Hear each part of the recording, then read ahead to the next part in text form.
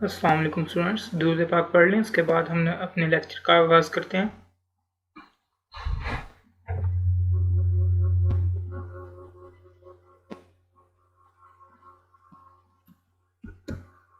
जी students, तो हम बात कर रहे थे अपने चैप्टर नंबर 7 के बारे में और हम इसके दो पार्ट्स जो हैं मेजर पार्ट्स को देख चुके थे। आज एक छोटा सा पार्ट हम देखेंगे और इस चैप्टर को क्लोज करेंगे और इसके कुछ जो हैं वो पास पेपर्स भी देखेंगे। चैप्टर नंबर 7 हमारा एंड पे था। आज जो हमने टॉपिक्स कवर करने हैं वो है परफॉर्मेंस ऑफ रेसिप्रोकल प्रोमिसेस और इसके क्वेश्चन देखेंगे और इसकी कुछ एग्जांपल्स देखेंगे। तो स्टार्ट करते हैं हम अपने परफॉर्मेंस ऑफ रेसिप्रोकल प्रोमिसेस से। रेसिप्रोकल प्रोमिसेस क्या होते हैं इसके बारे में हम थोड़ी सी बात पहले कर चुके हैं। मैं आपको तकरीबन डेफिनेशन की हद तक इसका आपको बता चुका हूँ कि रेसिप्रोकल प्रोमिसेस क्या होते हैं। एक बार फिर से हम बात कर लेते हैं इसके बारे में। रेसिप्रोकल प्रोमिसेस ऐसे प्रोमिसेस होते हैं जो दोनों पार्टीज़ की तरफ से एज ए कंसिडरेशन प्रोमिस किया जा रहा हो। एक पार्टी प्रॉमिस कर रही हो कि मैं आपको गुड्स प्रोवाइड करूंगा, ये उसने प्रॉमिस कर दिया। दूसरी पार्टी प्रॉमिस कर रही हो कि मैं आपको उस जो आप गुड्स प्रोवाइड करोगे उसके पैसे प्रोवाइड करूंगा। तो फिलवक्त दोनों पार्टीज कंसिडरेशन में प्रॉमिस कर रही हैं। इस पार्टी के लिए भी कंसिडरेशन फिलवक्त उस बंदे का प्रॉमिस है जो उसने किया है और इस पार्टी के लिए भी कंसिडरेशन जो है वो इस बंदे का प्रॉमिस है। दोनों पार्टीज के लिए एक दूसरे का प्रॉमिस कंसिडरेशन का काम कर रहा है। दोनों पार्टीज ही प्रोमिसर भी बन रही हैं, दोनों पार्टीज भी प्रोमिसर भी बन रही हैं। किस तरह से बन रही हैं? मिस्टर ए ने मिस्टर बी के साथ कॉन्ट्रैक्ट किया है कि मिस्टर ए जो है वो मिस्टर ए ने मिस्टर बी को कहा कि मैं आपको मैं प्रॉमिस करता हूँ कि आपको बाइक प्रोवाइड करूँगा और मिस्टर बी ने प्रॉमिस किया कि मैं आपको बाइक के एवज 10,000 रुपीज़ जो है वो प्रोवाइड करूँगा। तो दोनों ने प्रॉमिस कर दिया। पहला प्रॉमिस मिस्टर ए का प्रॉमिस है, वो बाइक प्रोवाइड करने का प्रॉमिस है। इसमें मिस्टर ए प्रोमिसर है और मिस्टर बी जो है वो प्रोमिसी हैं। और जो मिस्टर बी प्रॉमिस कर रहा है पैसे प्रोवाइड करने का, मैं आपको पैसे प्रोवाइड करूंगा, मैं प्रॉमिस करता हूँ, इसमें मिस्टर बी जो है वो प्रोमिसर है और मिस्टर ए प्रोमिसी है। तो आपने देखा कि एक ही कॉन्ट्रैक्ट के अंदर दोनों पार्टीज प्रोमिसी भी हैं, प्रोमिसर भी हैं, सिचुएशन के हिसाब से, उनके प्रोमिस के हिसाब से। तो आपके आई कैप स्टडी टेक्स्ट में इसकी यही जो है वो डेफिनेशन लिखी हुई है। Promises which form the consideration or part of the consideration for each other are called reciprocal promises. ऐसे प्रोमिसेस जो कंसिडरेशन का काम कर रहे हैं दोनों पार्टीज के लिए, उनको हम रेसिप्रोकल प्रोमिसेस का नाम देते हैं। In a contract for sale, Azam promises to deliver the goods to Babar at a fixed price and Babar promises to give promise for the payment of the price. आजम ने promise किया कि वो goods deliver करेगा बाबर को एक fix price पे और बाबर ने प्रॉमिस किया कि वो उसको जो गुड्स डिलीवर करने के पैसे उस वक्त प्रोवाइड करेगा। Such promises are called reciprocal promises. तो ये भी एक रेसिप्रोकल प्रोमिसेस की एग्जांपल है। ये सिंपल सा कंसेप्ट है रेसिप्रोकल प्रोमिसेस का। हमने इसकी परफॉर्मेंस के बारे में जो मेन डिस्कशन है वो हमारी इसकी परफॉर्मेंस के बारे में है। इसको किस तरह से परफॉर्म किया जाता है, किस रूल्स के तहत इसको परफॉर्म किया जाता है, पहले कौन परफॉर्म करता है, बाद में कौन परफॉर्म करता है, अगर कोई परफॉर्म ना करे तो ये क्या होगा, वॉइड होगा, वॉइडेबल होगा, ये सब चीज़ें हम डिस्कस करेंगे। सबसे पहली बात, when promisor is not bound to perform. किस वक्त जो प्रोमिसर है उसको परफॉर्म करने की जिम्मेदारी नहीं होगी। वो कौन सा ऐसा वक्त होगा जब प्रोमिसर पे जिम्मेदारी नहीं होगी कि उसने परफॉर्म करना है कॉन्ट्रैक्ट को। When a contract consists of reciprocal promises to be simultaneously performed, no promiser need to perform his promise unless the promisee is ready and willing to perform his reciprocal promises. For example मैं आपको example देता हूँ, इसकी example से आपको ये बात मैं दोबारा से समझाता हूँ क्या बात कहना चाह रहा है ये। मिस्टर ए ने मिस्टर बी से प्रॉमिस किया कि मैं आपको गुड्स प्रोवाइड करूँगा। ऊपर वाली ही हम एग्जाम्पल की बात कर लेते हैं। मिस्टर ए ने मिस्टर बी से प्रॉमिस किया कि मैं आपको गुड्स प्रोवाइड करूंगा। मिस्टर बी ने वापस प्रॉमिस किया कि मैं आपको पैसे प्रोवाइड करूंगा गुड्स के एवज। जो मिस्टर ए के लिहाज से बात करते हैं, मिस्टर ए प्रोमिसर है और मिस्टर बी जो है वो प्रोमिसी है। जो मिस्टर ए है, क्या वो जाके ऐसे ही गुड्स उसको पकड़ाएगा, जाके गुड्स उसके पास रखा है, उसे पकड़ाया है और आके आराम से बैठ जाएगा? क्या कॉन्ट्रैक्ट इस तरह से होते हैं? क्या बिजनेसेस इस तरह से होते हैं? बिल्कुल भी नहीं। जब तक मिस्टर बी जो है वो कंफर्म नहीं कर देगा, वो बता नहीं देगा कि हाँ भाई मैं पैसे दे रहा हूँ आपको, आप गुड्स मुझे दे दें, तब तक वो गुड्स जाके उसको डिलीवर करके नहीं आ जाएगा। वो अब एक वक्त तो हम दोनों ने प्रॉमिस कर लिया, मिस्टर ए और मिस्टर बी ने एक वक्त तो प्रॉमिस कर लिया कि मैं गुड्स प्रोवाइड करूँगा, आप मुझे पैसे प्रोवाइड करना। उन दोनों का प्रॉमिस हो गया, रेसिप्रोकल प्रॉमिस हो गया। लेकिन अब डिलीवरी वो जाके अगले दिन ही या 2 दिन बाद ऐसे गुड्स डिलीवर नहीं कर देगा। आगे से वो जो मिस्टर बी है वो कहे भाई मेरे पास तो अभी पैसे ही नहीं है, या मैं अभी मूड में ही नहीं हूँ इस जो है उस कॉन्ट्रैक्ट को करने के, पहले से ही मेरे पास काफ़ी ज़्यादा गुड्स पड़ी हुई हैं। तो ऐसे ही जाके वो जो अपना कॉन्ट्रैक्ट है, अपना प्रॉमिस है, उसको परफॉर्म करने की बात नहीं कर देगा। जब तक प्रॉमिस ही रेडी नहीं होगा और उसको मंजूर नहीं होगी प्रॉमिस, जब तक वो पर्सनली तैयार नहीं होगा प्रॉमिस को या परफॉर्मेंस को एक्सेप्ट करने के लिए, तब तक जो प्रॉमिसर है वो किसी किस्म की अपना प्रॉमिस परफॉर्म नहीं करेगा, किसी किस्म का अपना पार्ट ऑफ प्रॉमिस परफॉर्म नहीं करेगा। अब इस बात को दोबारा देखते हैं। When a contract consist of reciprocal promises to be simultaneously performed, no promisor need to perform his promise, कि अगर एक प्रोमिस है जिसमें रेसिप्रोकल प्रोमिसेस हैं और साइमल्टेनियसली दोनों ने परफॉर्म करने हैं, no promisor needs to perform his promise, तो किसी भी प्रोमिसर को ज़रूरत नहीं है अपना प्रोमिस परफॉर्म करने की, unless the promisee is ready and willing to perform his reciprocal promise. जब तक जो प्रोमिसी है वो अपना पार्ट ऑफ प्रोमिस परफॉर्म करने के लिए रेडी नहीं है। ये भी सिंपल सा कंसेप्ट है, इसकी हम एग्जांपल देख लेते हैं 2। पहली एग्जांपल है Azam and Babar contract that Azam shall deliver goods to Babar to be paid for by Babar on delivery. Azam और बाबर का कॉन्ट्रैक्ट है, आजम जो है वो गुड्स डिलीवर करेगा बाबर को, और बाबर जो है वो डिलीवरी पे उसको पेमेंट कर देगा। Azam needs not deliver the goods unless Babar is ready and willing to pay for the goods on delivery। जब तक बाबर गुड्स ऑन डिलीवरी की जो पेमेंट है उसके लिए तैयार नहीं है, अपना पार्ट ऑफ प्रॉमिस परफॉर्म करने के लिए तैयार नहीं है, तब तक आजम को गुड्स डिलीवर करने की ज़रूरत नहीं है। ये हमने अभी बात की है रेसिप्रोकल प्रोमिसेस में, दोनों ही लोग प्रोमिसर भी हो रहे होते हैं एक वक्त पे, और दूसरे वक्त पे वो प्रोमिसेस भी बन रहे होते हैं, दोनों ही पर्सन। तो हम दूसरा इसका जो रुख है वो देख लेते हैं। अभी हमने आजम को प्रोमिसर रख के बात की, इसी कॉन्ट्रैक्ट में बाबर भी प्रोमिसर होगा। जब वो पेमेंट करने की उसने प्रॉमिस किया है, पेमेंट ऑन डिलीवरी, तो इस पेमेंट के हवाले से बाबर प्रोमिसर होगा और आजम जो है वो प्रोमिसी होगा। Babar needs not pay for the goods unless Azam is ready and willing to deliver them on payment. Babar जो है वो अपना प्रोमिसर, बाबर बीइंग प्रोमिसर भी उस गुड्स को, अपने प्रोमिस को परफॉर्म करने के लिए, उस पेमेंट को पेमेंट देने के लिए उस वक्त तक नहीं मिजाज होगा उसका, उसे उस वक्त तक पेमेंट करने की ज़रूरत नहीं है जब तक जो आजम है वो डिलीवरी देने को राज़ी नहीं है। मेन जो कंसेप्ट है रेसिप्रोकल प्रोमिसेस का, वो दोनों पार्टीज प्रॉमिस कर रही होती हैं, जो पार्टीज टू कॉन्ट्रैक्ट जितनी भी हैं वो प्रॉमिस कर रही होती हैं, और उनका प्रॉमिस ही वो एज अ कंसिडरेशन यूज हो रहा होता है। जब तक एक पार्टी जो प्रोमिसर है, दोनों पार्टीज एक ही टाइम पे प्रोमिसर भी बन रही होती हैं एक ही कॉन्ट्रैक्ट में, और प्रोमिसी भी बन रही होती हैं। और इसका रूल ये है कि जब प्रोमिसर तब तक परफॉर्म नहीं करेगा अपना पार्ट ऑफ प्रॉमिस जब तक प्रोमिसी रेडी नहीं है, विलिंग नहीं है अपना पार्ट ऑफ प्रॉमिस परफॉर्म करने के। इसकी ही हमने एक एग्जांपल देखी, एक और एग्जांपल देख लेते हैं, चीज़ें मज़ीद वाज़ेह हो जाएंगी। Azam and Babar contract that Azam shall deliver goods to Babar at a price to be paid in installments.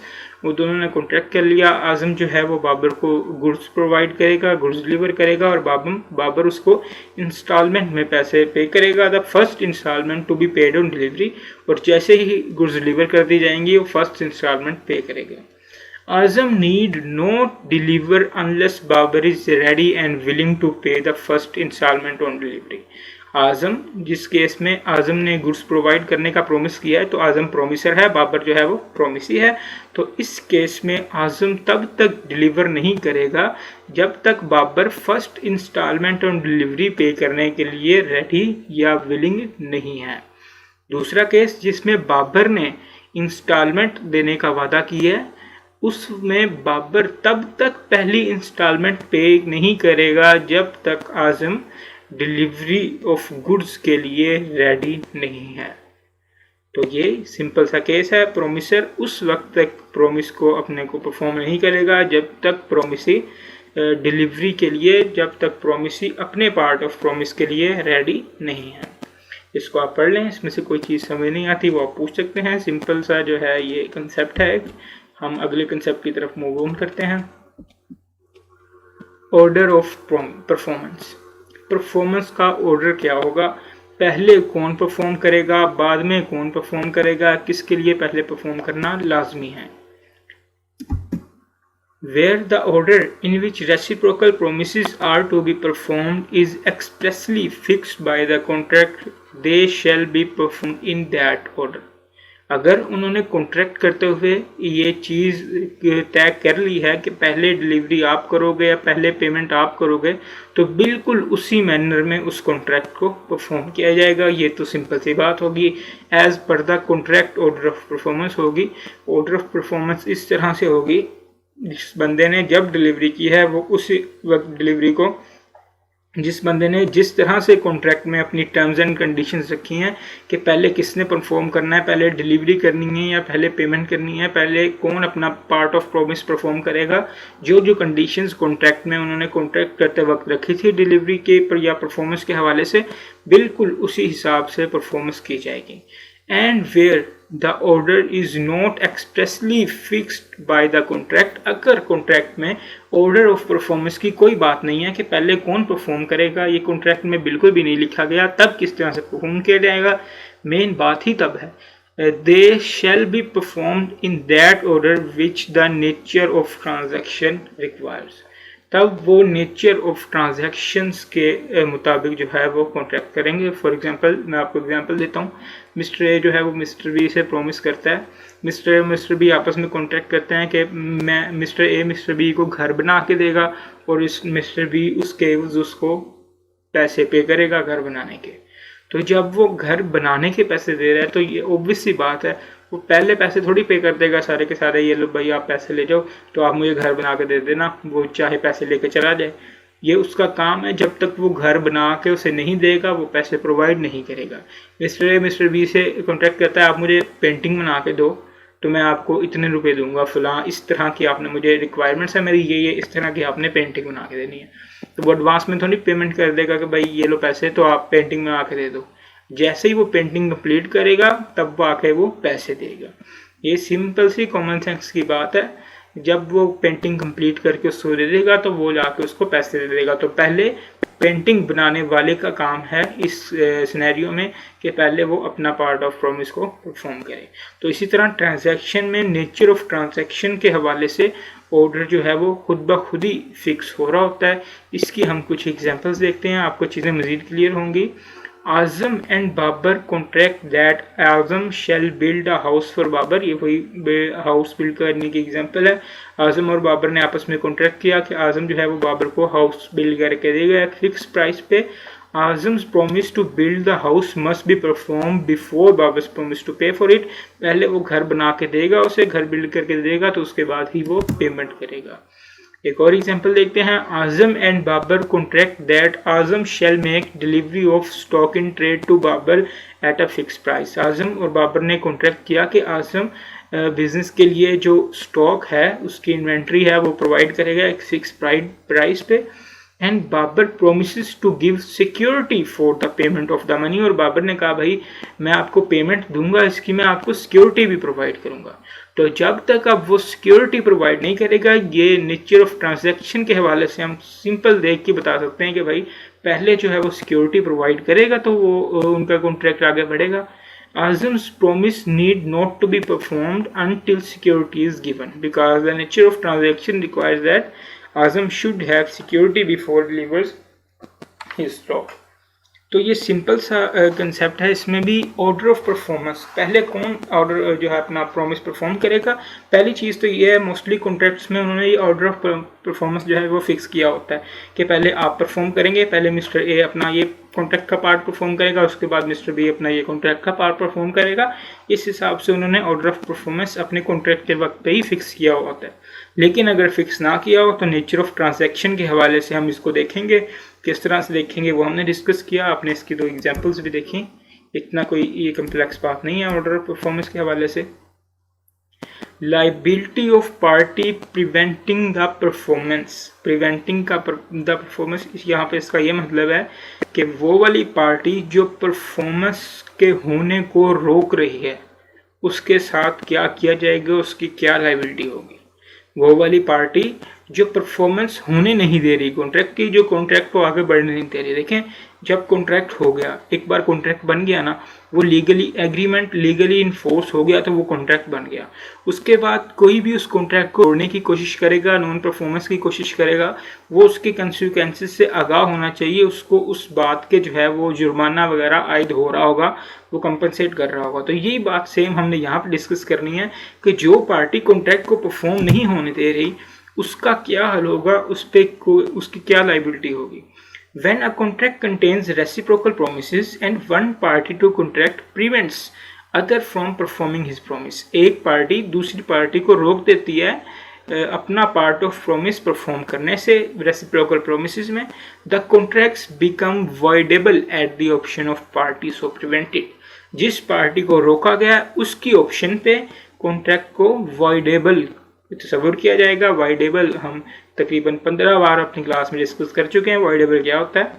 And he is entitled to compensation from the other party for any loss which he may sustain in consequences of non performance of the contract. तो ये 2 चीज़ें हैं। अगर एक party, एक reciprocal promise है, 2 parties हैं, उसमें एक पार्टी प्रॉमिस को, कॉन्ट्रैक्ट को परफॉर्म होने से रोक रही है, तो वो जो पार्टी रोक रही है और जिस पार्टी को रोक रही है, जिस पार्टी को रोका जा रहा है, उस पार्टी के ऑप्शन पे कॉन्ट्रैक्ट क्या होगा, वॉइडेबल होगा। और वो पार्टी जो भी उसका नुकसान हुआ इस रोकने की वजह से अपना जो कंपनसेशन है, अपने डैमेजेस हैं, उनको क्लेम कर सकती है। इसकी हम एग्जांपल देखते हैं, हमें चीज़ें मज़ीद वाज़ह हो जाएंगी। Azam and Babar contract that Babar shall execute certain work for Azam for ₹1000। Azam और बाबर ने कॉन्ट्रैक्ट किया कि बाबर जो है वो मखसूस से काम प्रोवाइड करेगा जिसके वजह उसको ₹1000 मिलेंगे। Babar is ready and willing to execute the work accordingly. देखें, जब उन्होंने कॉन्ट्रैक्ट कर लिया कि वो काम करेगा बाबर जो है, और आजम जो है उसको पैसे देगा, तो बाबर जो है वो काम करने के लिए अब तैयार बैठा हुआ है बिल्कुल, but Azam prevents him from doing so. लेकिन आजम जो है वो उसे काम करने नहीं दे रहा, तो आजम उसको रोक रहा है काम करने से। बिल्कुल यही कंडीशन हमने ऊपर पैराग्राफ में अपनी प्रोविजन में डिस्कस की है। The contract is voidable at the option of Babar, तो बाबर की ऑप्शन पे कॉन्ट्रैक्ट को वॉइडेबल कंसिडर किया जाएगा। And if he elects to rescind it, अगर वो वॉइडेबल में 2 ही सूरतें होती हैं, या तो वो कॉन्ट्रैक्ट को आगे बढ़ाता रहे, इसी तरह से जारी रखे, कॉन्ट्रैक्ट को वैलिड रहने दे, या फिर वो कॉन्ट्रैक्ट को रिसाइन कर दे, कॉन्ट्रैक्ट को ख़त्म कर दे। और अगर वो कॉन्ट्रैक्ट को ख़त्म कर देता है, he is entitled to recover from Azam compensation for any loss which he has incurred by its non performance. उसकी नॉन परफॉर्मेंस की वजह से जो भी लॉस सफ़र किया है वो भी प्रोवाइड किया जाएगा। तो ये सिंपल सा केस था। लाइबिलिटी क्या होगी उस पार्टी की जो परफॉर्मेंस को रोक रही है, उस पार्टी की लाइबिलिटी ये होगी कि जिस पार्टी को रोका जा रहा है उसकी ऑप्शन पे कॉन्ट्रैक्ट वाइडेबल होगा और वो पार्टी डैमेजेस और कंपनसेशन भी क्लेम कर सकती है। यही सिनेरियो आपको बिल्कुल इसी तरह से सिनेरियो फॉर्म में आ रहा होगा। यहाँ से बिल्कुल भी इतनी उम्मीद नहीं है कोई आपसे क्रैमिंग वाली चीज़ पूछ ले। मोस्टली यहाँ से आपको सिनेरियो बना के पूछ रहा होगा। इसी तरह 2 पर्सन्स होंगे, उनका आपस में कॉन्ट्रैक्ट हो रहा होगा और एक पर्सन जो है वो दूसरे पर्सन को रोक रहा होगा, तब आपने यही प्रोविजन लगा के इसी तरह से इसका आंसर देना है। नेक्स्ट पार्ट इसके हवाले से जो है वो इफेक्ट, ये बिल्कुल इससे मिलता जुलता पार्ट है जो हमने अभी डिस्कस किया। Effect of default of promise which should be first perform. हमने सेकंड लास्ट जो अपने पार्ट में ये देखा कि कौन सी पार्टी को पहले परफॉर्म करना है। एक तो हमने देखा जो कॉन्ट्रैक्ट के हवाले से जो कॉन्ट्रैक्ट किया हुआ पार्टीज़ ने कि ये पार्टी पहले परफॉर्म करेगी, ये पार्टी बाद में परफॉर्म करेगी, तो वही वाली पार्टी उसी हिसाब से पार्टीज जो है अपनी परफॉर्मेंस दे रही होंगी।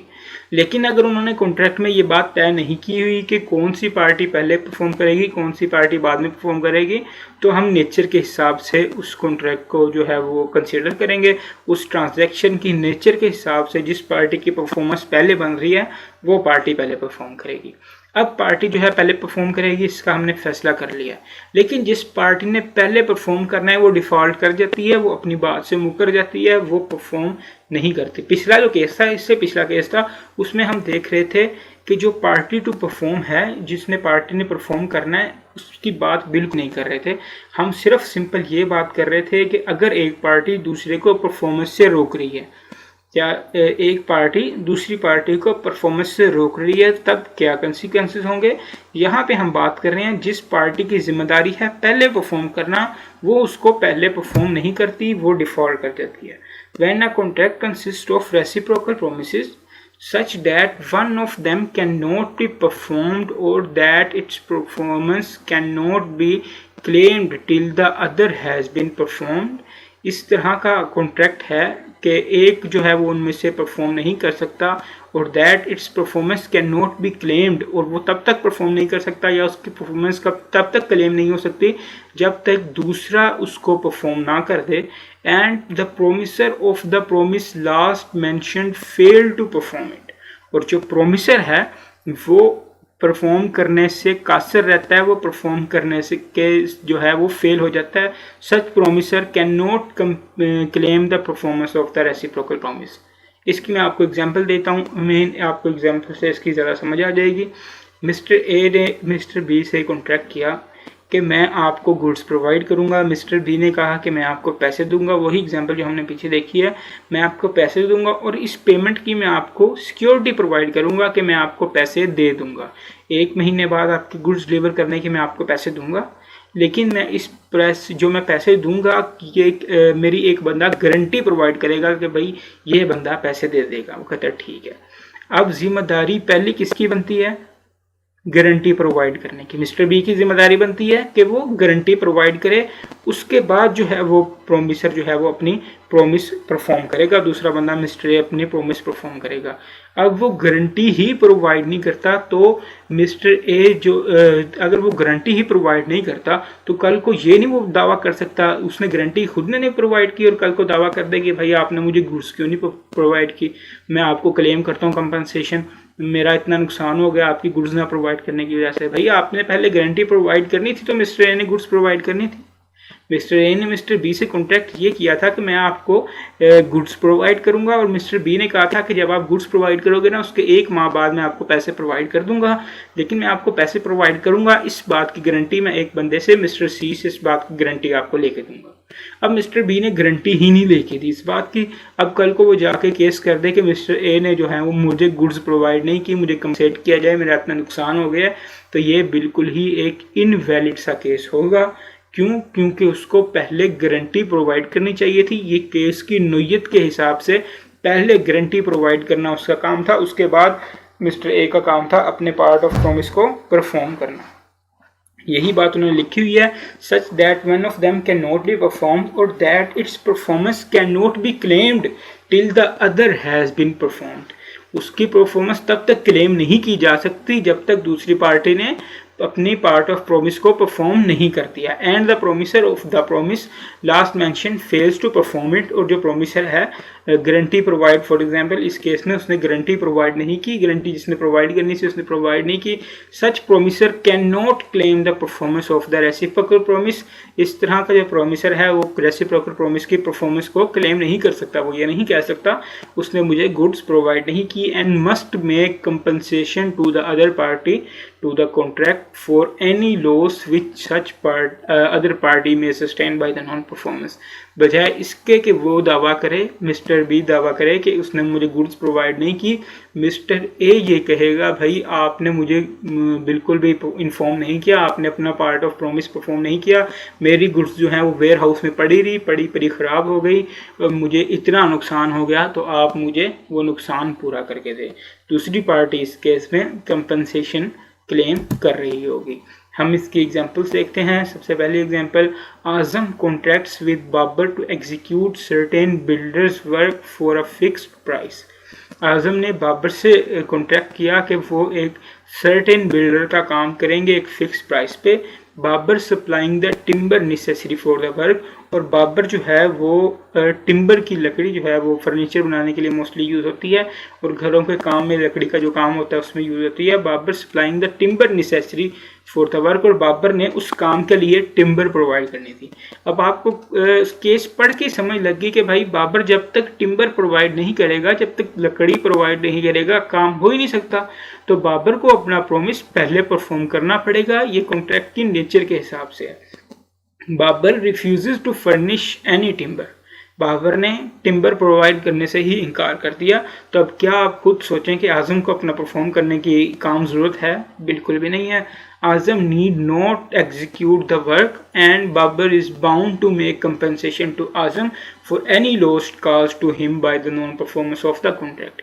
अब आजम अपना जो है वो promise part of promise perform भी नहीं करेगा, और अगर कोई से नुकसान हुआ है तो उसकी कंपनसेशन भी वो आजम से प्रोवाइड करेगा, बाबर से क्लेम करेगा। तो ये सिंपल सा केस था।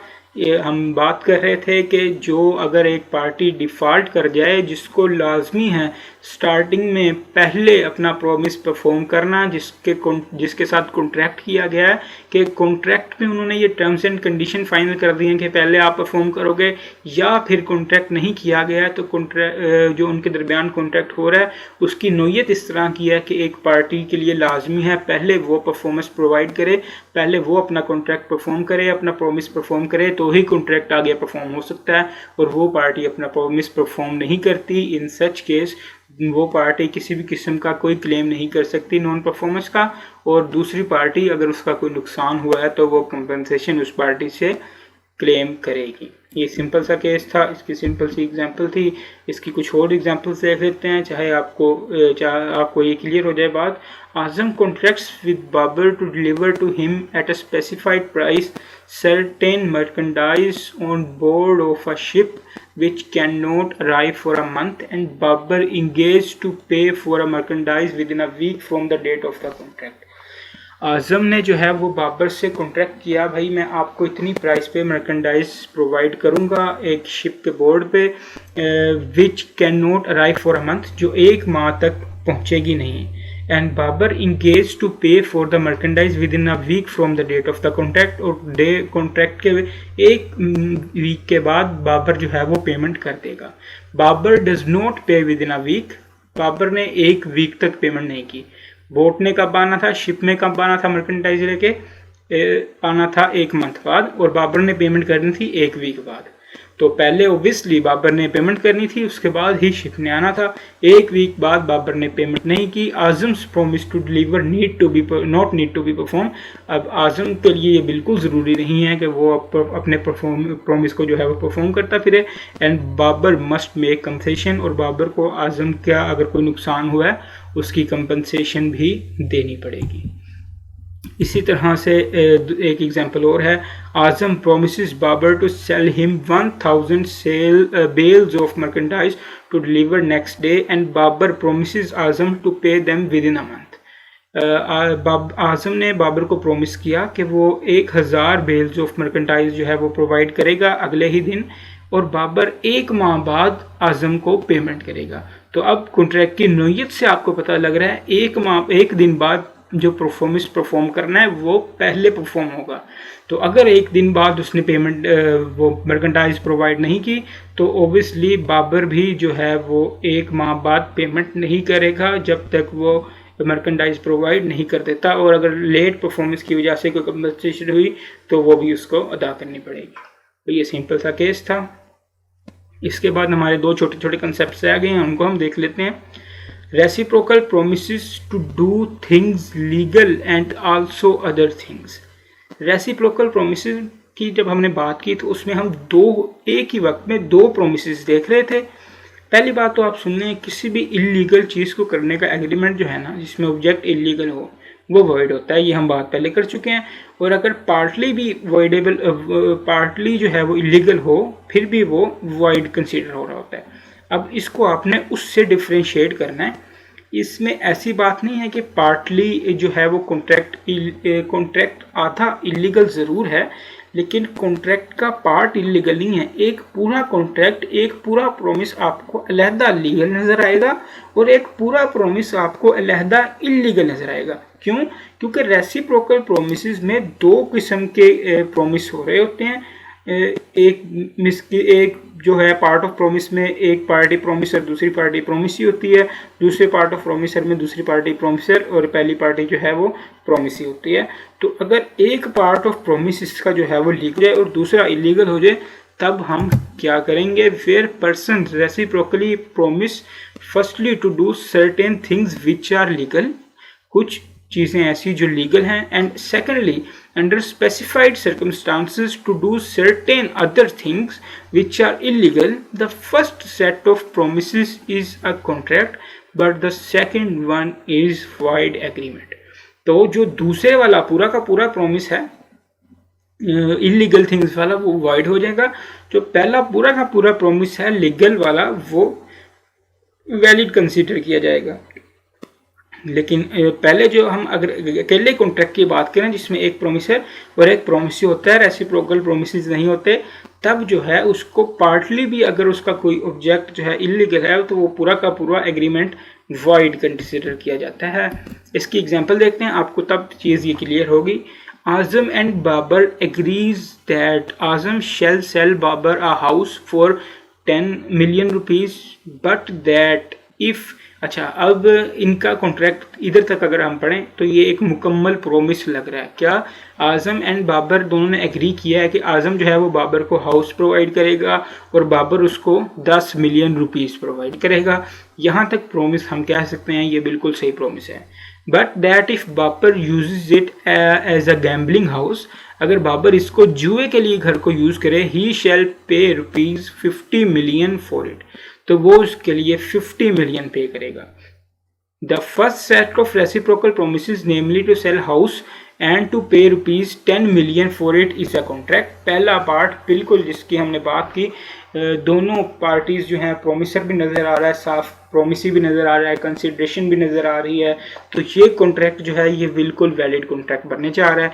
लेकिन जो इसका दूसरा पार्ट है गैम्बलिंग हाउस वाला, उसने कहा कि अगर आप गैम्बलिंग के लिए, जुए के लिए इसको यूज़ करो तो मैं आपको 50 million रुपीज़ जो है वो दूंगा। तो ये जो कॉन्ट्रैक्ट है, इस तरह का जो कॉन्ट्रैक्ट है, इसको हम वॉइड कंसिडर करेंगे। ये बेसिकली कॉन्ट्रैक्ट बन ही नहीं रहा होगा, ये एग्रीमेंट होगा और ये एग्रीमेंट वॉइड हो जाएगा। सिंपल सी बात। रेसिप्रोकल प्रोमिसेस में एक जो प्रोमिस है, एक पूरा पार्ट ऑफ प्रोमिस जो है वो लीगल चीज़ के लिए हो और उसके साथ दूसरी इलीगल चीज़ हो। जो इलीगल चीज़ वाला पार्ट ऑफ प्रोमिस है वो एग्रीमेंट जो है वो वाइड कंसिडर किया जाएगा और लीगल चीज़ वाला जो होगा उसको वैलिड कॉन्ट्रैक्ट कंसिडर किया जाएगा।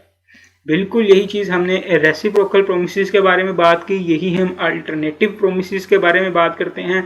अल्टरनेटिव का मतलब होता है या ये या वो, या आप मुझे 10 लाख रुपए दे देना, या आप मुझे 10 लाख रुपए की चर्च दे देना, या आप मुझे 5,000 रुपये दे देना, या आप मुझे 5,000 रुपये की शराब दे देना। इसमें या का जिक्र आ गया है, ये अल्टरनेटिव प्रोमिस है। अल्टरनेटिव का मतलब होता है ये नहीं तो वो। इस तरह के प्रोमिसेस में भी जो अल्टरनेटिव चीज़ होगी ना इलीगल, वो वॉइड होगी, लेकिन जो सही चीज़ होगी, लीगल चीज़ होगी, वो वैलिड कॉन्ट्रैक्ट कंसिडर होगी। In case of an alternative promise one branch of which is legal and other is illegal, the legal branch alone can be enforce. इसकी हम एग्जांपल देख लेते हैं। Zahid and Yasir agree that Zahid shall pay Yasir rupees 1 million। Zahid और यासिर ने agree किया कि जाहिद यासिर को 1 billion प्रोवाइड करेगा, for which Yasir shall afterward deliver to Zahid either rice or smuggled opium. या तो वो उसे स्मगल्ड जो है वो एक किस्म की ड्रग प्रोवाइड करेगा, या फिर राइस प्रोवाइड करेगा। अब अगर तो 1 मिलियन राइस का तक का केस की बात है, ये एक वैलिड कॉन्ट्रैक्ट कंसिडर किया जाएगा, लेकिन जो ड्रग की बात है इसको, इस पार्ट को हम इनवैलिड कंसिडर करेंगे। और 1 मिलियन और राइस वाला जो पार्ट ऑफ कॉन्ट्रैक्ट है वो वैलिड होने की वजह से उसको इन्फोर्स भी किया जा सकता है। This is a valid contract to deliver rice and void agreement as to the opium. ये ड्रग के हवाले से ये कॉन्ट्रैक्ट जो है ये वॉइड कंसिडर किया जाएगा, एग्रीमेंट वॉइड कंसिडर किया जाएगा, और राइस के हवाले से इसको वैलिड कॉन्ट्रैक्ट कंसिडर किया जाएगा। तो इसको आप अपने जहन में रखिएगा। ये सिंपल से कंसेप्ट्स हैं। रेसिप्रोकल प्रोमिसेस के बारे में, अगर एक पार्ट ऑफ प्रोमिस जो है वो इलीगल हो जाए तो क्या होगा, और अल्टरनेटिव प्रोमिसेस के केस में अगर पार्ट इलीगल आ रहा हो बीच में तो क्या होगा, कॉन्ट्रैक्ट इलीगल हो, एग्रीमेंट अगर कोई इलीगल चीज़ के बारे में हो तो क्या होगा, वो हम पहले अपने चैप्टर में डिस्कस कर चुके हैं कि अगर सब्जेक्ट इलीगल है तो एग्रीमेंट वाइड है, किस तरह से एग्रीमेंट वाइड हो रहा, कॉन्ट्रैक्ट वाले चैप्टर में हम कम्प्लीटली इसको डिस्कस कर चुके हैं। अब जो हम बात कर रहे हैं इसको उसके साथ मिक्स नहीं करना। ये रेसिप्रोकल प्रोमिसेस और अल्टरनेटिव प्रोमिसेस के बारे में बात कर रहे हैं। वो हमने सिंपल कॉन्ट्रैक्ट की, सिंपल एग्रीमेंट की बातें की थी। इसमें रेसिप्रोकल प्रोमिसेस में दो प्रोमिसेस इन्वॉल्व हो रहे हैं। एक को हम वैलिड कर रहे हैं, एक को हम वॉइड कर रहे हैं। जो पार्ट इलीगल है उसको हम वॉइड कर रहे हैं, इसको उसके साथ आपने बिल्कुल भी मिक्स नहीं करना। ये था हमारा आज का टॉपिक। इसको आप यहाँ पे वीडियो को पॉज करके इस सब को देख लें। हमारा चैप्टर जो है वो कंप्लीट हो चुका है। हम बस 2 ही इसके क्वेश्चन देखेंगे। कल आप लोगों का टेस्ट है, इस वजह से बिल्कुल थोड़ा सा टॉपिक जो है वो मैंने पढ़ाया। इसको यहाँ पे पॉज करके आप पीछे से जो है वो पढ़ लें, उसके बाद हम क्वेश्चन डिस्कस करते हैं। पहला क्वेश्चन ये हम पहले भी एक चैप्टर में देख चुके हैं, स्प्रिंग 2011 का। आपका प्रैक्टिस क्वेश्चन नंबर जो है स्टडी टेक्स्ट का वो 5 है। 2 मार्क्स का क्वेश्चन था। Memar promise to manufacture and deliver to Nasir remote control toy helicopters of agreed specifications in first week of March 2011। March 2011 के पहले हफ्ते में जो मेमार है उसने नासिर को प्रोमिस किया कि मैं आपको जो हेलीकॉप्टर्स हैं वो डिलीवर करूंगा। Nasir in turn promise to pay for them by the second week of March. Nasir ने प्रोमिस किया कि मैं आपको मार्च के दूसरे वीक में उसकी पेमेंट करूंगा। देखें साफ पता चल रहा है ये रेसिप्रोकल प्रोमिसेस हैं। Memar did not deliver the toys according to his promise. जो मेमार है उसने पहले टॉयज डिलीवर करने थे तो उसने डिलीवर नहीं किए। Should Nasir keep his promise and what remedy if any available to him. तो क्या अब नासिर के लिए जो है वो ज़रूरी है कॉन्ट्रैक्ट को आगे परफॉर्म किया जाए? तो बिल्कुल भी नहीं, वो कॉन्ट्रैक्ट को आगे परफॉर्म नहीं करेगा बल्कि वो कंपनसेशन क्लेम करेगा। No, Nasir need not perform his promise to pay and Memar must compensate Nasir for any loss which Nasir may sustain due to Memar's non performance. बिल्कुल यही बात अभी हम डिस्कस करके आए हैं। रेसिप्रोकल प्रोमिसेस के केस में जिस पार्टी ने पहले प्रोमिस परफॉर्म करना होता है, अगर वो प्रोमिस परफॉर्म ना कर रही हो तो अब दूसरी पार्टी पे परफॉर्म करने की कोई ऑब्लिगेशन नहीं है, बल्कि वो अगर कोई नुकसान हुआ है तो वो नुकसान उसको क्लेम कर सकती है। ये आपका प्रैक्टिस क्वेश्चन नंबर 5 है। इसके जो नए क्वेश्चन थे ना 2020 2019 के क्वेश्चन तो थे, और 2021 का भी एक क्वेश्चन था। एक्चुअली वो थे रेसिप्रोकल प्रोमिसेस के पार्ट से, और उस पार्ट को अब जो न्यू सिलेबस है उसमें रिमूव कर दिया गया है। तो इस वजह से इतना ज़्यादा नए क्वेश्चन को हम यहाँ पे शामिल नहीं कर सके आपकी जो सिलेबस चेंजिंग की वजह से। लेकिन उनका भी जो वैलिड पार्ट है ना, इंशाल्लाह जैसे ही सिलेबस हमारा ख़त्म होगा उससे पहले ही ये जो हमारी SC लर्निंग की वेबसाइट है इस पर मैं कोशिश करूँगा कि चैप्टर वाइज की जगह टॉपिक वाइज जो पास पेपर हैं वो आपके लिए अवेलेबल करूँ। उन पर मैं काम कर रहा हूँ, उनको बना के। फिल वक्त तो मेरी प्रायोरिटी है लेक्चर्स को रिकॉर्ड करना। पहले हमारे लेक्चर्स इंशाल्लाह कोशिश करूँगा मैं मई के एंड तक की 27 मई को हमारा आखिरी लेक्चर अपलोड हो रहा हो, जो कि एक फुल बुक का टेस्ट होगा। 27 मई तक मैं फुल कोशिश करूँगा कि अपने लेक्चर्स जो है कंप्लीट कर लूँ, और ये 20 से 21 मई को जो हमारी SC लर्निंग की वेबसाइट है उस पर आपको टॉपिक वाइज इंशाल्लाह पास पेपर जो हैं वो मिल जाएंगे। जो फिल वक्त जो मैं क्वेश्चन आपको करवा रहा हूँ आपकी प्रैक्टिस के लिए वो मोर देन इनफ है। इसके अलावा जो प्रैक्टिस करनी है वो आपने सिर्फ टेस्ट से करनी है। आप अपने टेस्ट दें, तो जब आप सिलेबस अपना कंप्लीट कर लेंगे, आप कंप्लीट रेडी हो जाएंगे, उसके बाद आप अपने सारे पास पेपर रिवाइज़ करें। बहुत टाइम होगा आपके पास, आप सारे पास पेपर अच्छी तरह से रिवाइज़ कर लेंगे तो आपकी तैयारी बिल्कुल कंप्लीट हो जाएगी। तो सबसे पहले आपने अभी फ़िलहाल काम ये करना है कि जो जो कंसेप्ट्स मैं आपको पढ़ाता हूँ आपने वो रिवाइज करते रहना है, और जो क्वेश्चंस की मैं आपको बताता हूँ उन्हीं क्वेश्चंस की आपने थोड़ी प्रैक्टिस करनी है, और टेस्ट आपने अपने बाकायदा देने हैं। टेस्ट दे लेंगे, प्रैक्टिस कर लेंगे, आपकी तैयारी कंप्लीट हो जाएगी। उसके बाद लेक्चर जैसे ही हमारे कंप्लीट होंगे, आपकी पूरी बुक आप गो थ्रू कर चुके होंगे, उसके बाद कंप्लीट जो पास पेपर है उस पर मैं, अगर आप लोग कहेंगे, आप लोग मुझे व्हाट्सएप पे इन्फोर्स करेंगे तो मैं पूरे पास पेपर्स पे भी 2-3 लेक्चर बना के डाल दूंगा सेपरेटली, सिर्फ पास पेपर के सोल्यूशन पे कि पास पेपर्स को किस तरह से सोल्व करना है। लेकिन फ़िलहाल मैं जो है वो पास पेपर्स को ही अरेंज करके तो पास पेपर्स अपलोड करूंगा टॉपिक वाइज 20-21 मई तक इंशाल्लाह। तो सिलेबस ख़त्म करने के बाद वो वाले पास पेपर्स आपने तब करने हैं। फिल वक्त आपने वो पास पेपर्स वाले क्वेश्चन करने हैं जो मैं आपको साथ साथ बता रहा हूँ, और आपने जो टेस्ट हैं वो दे रहे हैं उसमें जो क्वेश्चन है उनको करना है बस। ये क्वेश्चन देखते हैं। स्प्रिंग 2011 का क्वेश्चन था, 7 मार्क्स के लिए क्वेश्चन आया था। क्रैमिंग वाला क्वेश्चन था। उस वक्त क्रैमिंग पे जो है वो ज़्यादा फोकस किया जाता था, इतने सिनेरियो बेस्ड क्वेश्चन नहीं होते थे स्प्रिंग 2011 में। Briefly describe the rules specified in contract act 1872 in respect of the following time and place for performance where these has not been specified in the contract। कल जो हमने part पढ़ा था time and place for performance वाला, वही heading उठा के इसने लिख दिया। इसने कहा भाई इसके बारे में 3 नंबर का लिख दो। Order of performance of reciprocal promises, ये जो हमने आज पार्ट पढ़ा है वो उसने 2 नंबर का पूछ लिया। Effect of release by promisee of one of the joint promisor, अगर ज्वाइंट प्रोमिसर में एक प्रोमिसी जो है वो डिफॉल्ट कर जाए तब क्या होगा, ये भी हम अपना पहले कवर कर चुके हैं। ये सिंपल उसने हेडिंग्स लिख दी हैं 2-2, 3-3 नंबर की। उसने कहा ये हेडिंग्स के अंदर 2-2 चीज़ें आती हैं वो लिखते हैं। आपने अगर बुक से अपना पढ़ा हुआ है तो आप आसानी से इसको लिख सकते हैं। तो ये हमारा आज का लेक्चर था। कल आप लोगों का टेस्ट डे है। लेक्चर जो है कल हमारा नहीं होगा। इस पूरे चैप्टर का आप लोगों ने टेस्ट देना है। आप एससी लर्निंग की वेबसाइट पे भी दे सकते हैं। आप जहाँ पे टेस्ट दे रहे हैं पहले टेस्ट लाजमी दें। टेस्ट आपकी जो है वो परफॉर्मेंस को इवेल्युएट करते हैं। परसों इंशाल्लाह नेक्स्ट लेक्चर के साथ हमारी मुलाकात होगी। अल्लाह हाफिज़।